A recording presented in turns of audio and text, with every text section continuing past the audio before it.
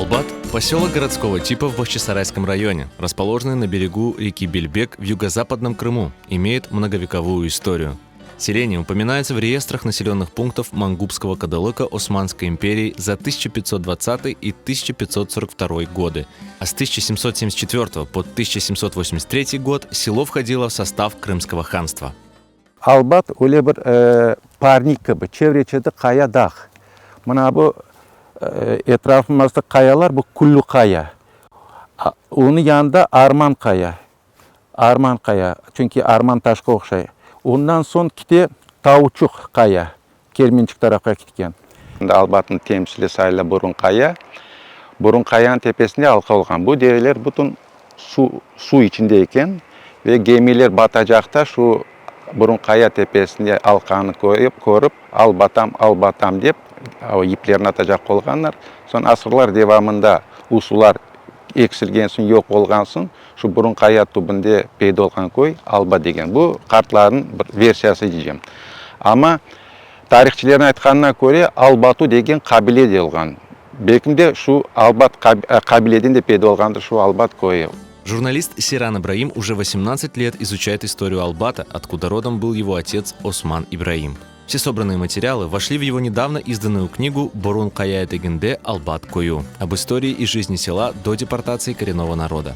Албат кою 3 маледен ибарет olgan. Bu yukarı mali, orta mali ve karşı mali. Karşı maliге de aytadilar Köprü maliyesi. Köprü maliyeni ve orta maliyeden yukarı maliyenin Belbek özeni böyle.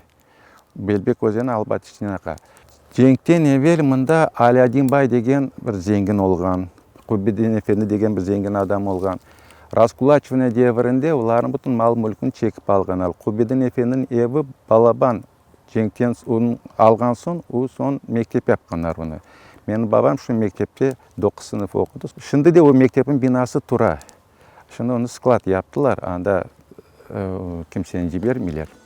До депортации Албат был большим крымско-татарским селом. Здесь проживало около 1300 жителей. Они занимались сельским хозяйством, работая на табачных плантациях и во фруктовых садах. Alma, şeftali, yüzün pek sirek ola eken mında erik, armutlar asra ekenler. Колхоз zengin eken evvelde. До депортации в каждом квартале Албата были своя мечеть и свое кладбище. Из 3 ранее существовавших мечетей сегодня сохранилась лишь эта в Юхары-Маале, построенная прадедом Сирана Ибраима. Albat koyun zengin adamlarından biri Bektemir 19. asırların ortalarında öz parasından acılıkka barıp gelgen son niyet etti Albat koyunda özün mahallesine cami kurdurma. 19. asırların ortalarında bu camini kurdura. Bizim halk surgunu olungan soң bu camini apteka yaparlar. Ama halkımız abdet olgan soң kenede yerli cemaat toplanıp, müracaat edip bu Albat'ta bu camini kenede geri kaytarıp alalar ve bu cami işini çalışmakta. 3-4 yıl evvelsi temeli koyuldu ve Albat cemaati öz küçünden şimdi Albat'ın merkezine yanı cami kuralar. Balaban bütün Albat'ın kaplap alacak cami.